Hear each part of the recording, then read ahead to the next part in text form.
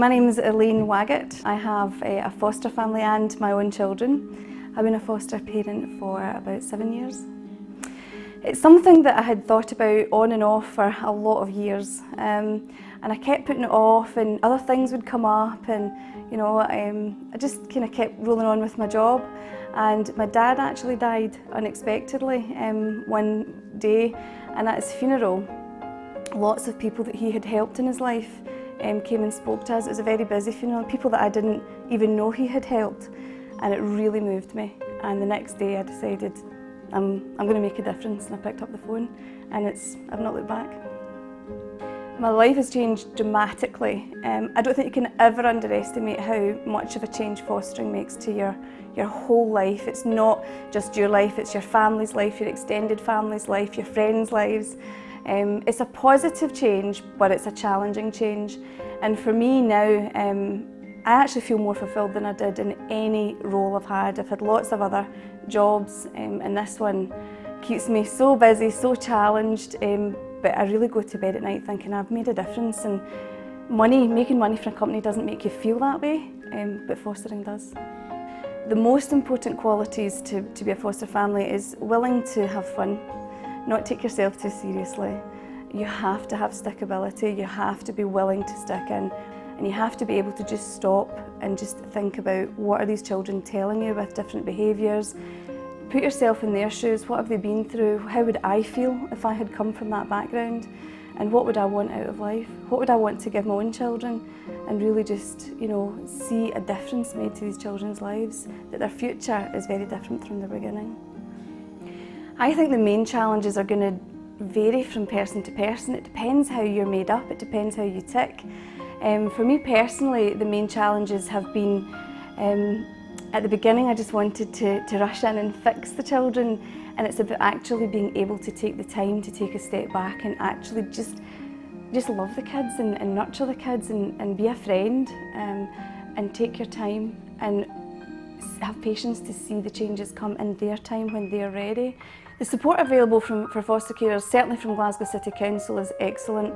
You have a supervising social worker who works closely with you, that you're there to talk to look for extra support, resources.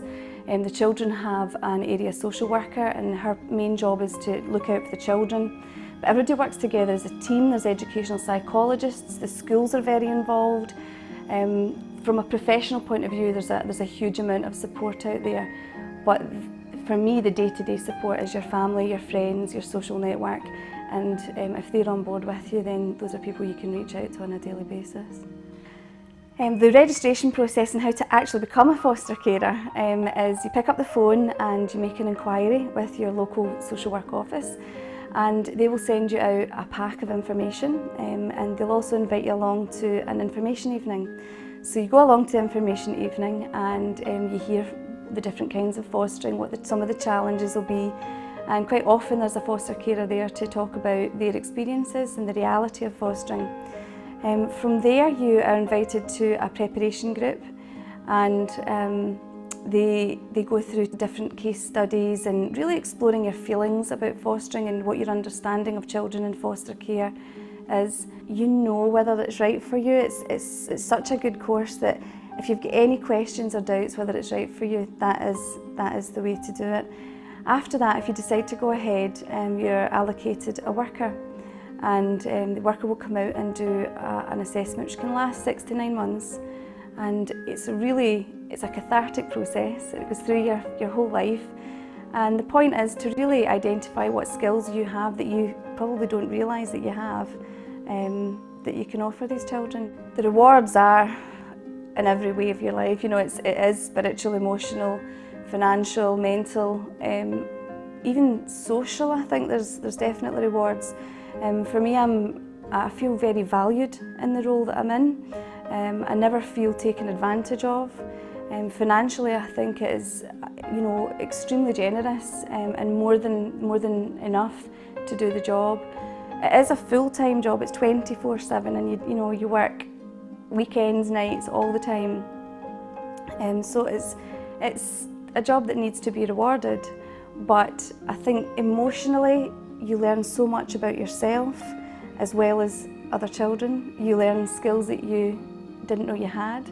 You discover that you're strong in areas that you didn't think you would be. But it's also like a mirror, and you learn a lot of areas in your life that you need to improve on. I think you become a better version of yourself. And socially, I'm finding that in the community now, fostering is becoming there's so much more awareness in the community of fostering.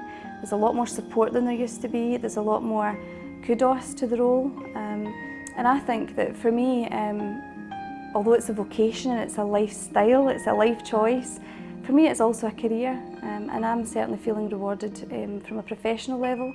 I'm being given lots of opportunities within Glasgow City Council with the job as well.